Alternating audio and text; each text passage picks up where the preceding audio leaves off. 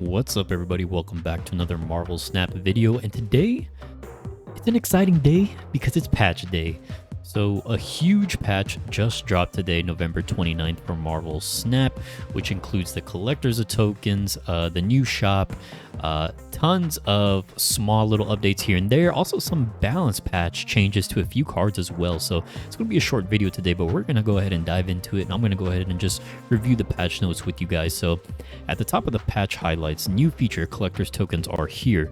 You can earn them starting at collection level 500, then use them in the token shop to target new cards or the cards you've been waiting for the most. So if I go to Marvel Snap real quick, there's actually a new Cyber Holiday bundle in the shop right now. It's almost $100, which is kind of insane, but it's kind of good value actually. I'm not sure about the exact math, but 9,500 credits. That's a lot of credits. I mean, for the credits alone, I think that's pretty good value, but you also get collector's tokens, a new avatar, a pretty cool Apocalypse variant, and a bunch of Apocalypse boosters as well. So pretty sick bundle. It is $100 though, so I'm not sure how many people are going to buy this, but if you do, it's not bad value. I don't know. I'm kind of tempted. But moving on, we have the token shop, which is the new exciting thing. As you can see, I have 6,000 collector's tokens because I was above collector's level 1,000. Yeah, so I got 6,000 collector's tokens, and I got the hood actually, which is a really good card that I've been wanting to get. So I'm actually, you know what, I'm gonna go ahead and buy him right now. Let's see what happens. Let's just go ahead and buy him for 1,000 collector's tokens, which is really good. And then you also have the pin function here. Let's say you don't have enough collector's tokens at the moment. You can pin him, save him for later. He will still be there. And then this shop does rotate every 8 hours, I believe. But let's go ahead and buy him and actually see what happens.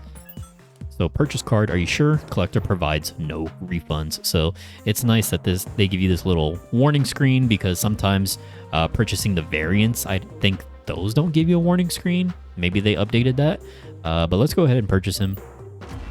So we got the hood. I'm excited to make some decks with him. So he is now sold. I have 5,000 collector's tokens remaining, and the shop will update in just under 4 hours. So very exciting, very exciting. I love this so much to the game. It's a wonderful addition. I think one of the biggest complaints that I had and a lot of other people had was that the cards you get randomly is just like, it's not the best. You would get cards that don't really have synergy with each other, and you just have really weird deck lists, kind of like where I'm at right now. I'm like in the middle of Series 3. I have a bunch of cards in Series 3, but they don't all quite work well together. Some of them do, some of them don't. But anyways, I really love this addition to the game. Let's go ahead and go back to the patch notes. New cards. A bunch of new cards have been added to the game. We've introduced 2 brand new series. Series 4, including 10 cards. Series 5, including 6 new cards. I'm not going to go ahead and list every new card at the moment, because I'm sure you guys have probably seen them already. You can watch the developer update video they put out a while back on YouTube, or go on their website and look at them. But if you want me to break down the new cards, let me know. Maybe that's something I'll do in the future. The new cards have a chance to drop from collector's caches, collector's reserves, and can also be found in the token shop. So this is actually really cool. So you actually don't need to be in Series 3 to unlock Series 4, Series 5 cards. I think that's really cool, actually. So even if you're still kind of somewhat new to the game, or maybe you play more casually, you don't unlock a lot of cards, you can still have a chance to get these new cards from the collector's caches, collector's reserves, and as well the token shop. So if you see a new card you like, for example, like Thanos or She-Hulk, go ahead and pin it in the shop, and you can unlock it when you have the funds. Moving on to general updates. Card boosters no longer appear as rewards from collector's caches and collector's reserves. They have been replaced by collector's tokens. Another update that is just absolutely fantastic. It is the worst feeling in the world when you're trying to up your collection level to unlock some new cards. You open a collector's cache or collector's reserve, and what do you get? You get boosters, which is probably, like, I would say, worst currency in the game. I mean, it's really the only currency that you can get just by playing over and over again. You know, credits, you kind of get a daily cap limit on your missions unless you refresh them with gold, but then you'll eventually run out of gold unless, you know, you swipe the credit card every now and then. But really, really love this change so much. Improved bad luck protection for collector's caches and collector's reserves. Going forward, players at the same collection level will have nearly the same number of cards. So this would be, I believe, there was kind of like an unwritten rule where it's like if you unlock 2 of the collector's caches in a row and you don't unlock a new card, your next one is guaranteed to have a new card. Don't quote me on the exact number it was, but it was something like that. So going forward, players should have the same number of cards about at the same collection level. That's really nice because I think right now I'm around collection level 1300, and I see so many decks. People are like, oh, I got to infinite with this deck. I'm like, oh, cool, let me check it out. And it's like, oh, I'm missing like all those cards. So another really nice addition. When you favorite a card variant by pressing the star button above the card, you now have the option to automatically swap that variant into all decks that contain that card. That's cool. Let's actually go ahead and test that out. Let's pick a variant. You know, I love my Ant-Man. Let's go ahead and star this variant. New favorite set. Swap this favorite into decks. Do it. Okay, so he should be in... Yeah, so that works. So I guess it's kind of just an easy way to just... You really like one variant, you just favorite that, and it's gonna go into all your decks. Okay, that's cool. That's cool. Let's go ahead and go back into the notes. During a game, players can now tap their opponent's avatar or their own avatar to view player titles. That's cool in the pop-up avatar menu. Personally, I don't have any titles yet, but that is a nice addition. End turn button is disabled for a few seconds when your opponent snaps. This should make it harder to accidentally accept a snap. Okay, that's cool. So it gives you a little bit more breathing room to decide, okay, do I really want to continue on with this game when your opponent snaps? I like that as well. Performance improvements for app launch/loading times. Added support for sign in with Apple on PC. Another way to sign in. You know, small thing, but it's, you know, welcome. Art and visual effects. Infinity border visuals have improved. I'm excited about this one. Cards upgraded to Infinity look way cooler. Well, let's see. Let's look at some Infinity cards. I have this Iceman. I have a couple Iceman variants, and yeah, that looks way better. The border is like a glowing kind of rainbow cosmic border to kind of match the theme of Marvel and Marvel Snap. I really like that. That is way cooler than what it used to be. What else do I have? I think I have a Korg Infinity. Yeah. Oh, an Infinity border rock? Yeah, that looks way cooler than before. Okay. Yeah, I like that a lot. So far, I'm loving everything in this patch. What else do we have? Flare modifiers earned from Infinity Split now have a chance to roll one of 7 different colors. Red, green, blue, purple, black, white, and gold. Flare modifiers unlocked before this update will now rotate through multiple colors. So, I believe... I see. So, I think what the flare modifiers are is... correct me if I'm wrong, but I think this is considered like the flare modifier. See how I kind of have like the dots and the swirling around? So, I'm guessing it means that you have a chance to unlock maybe like a different color. Because what else do I have that's split like that? Because it's right now it's kind of like this rainbowy cosmic color, I guess you would call it. That's interesting. I'm gonna have to do some more research into that. Card emojis have received a bit of polish to make them a little easier to use and see. I do like the card emojis. Logos have been added to cards and location power modifiers in-game.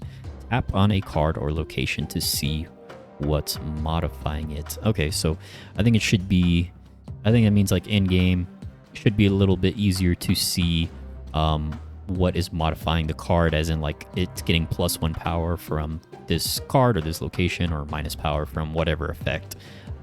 That's what I believe it is referring to.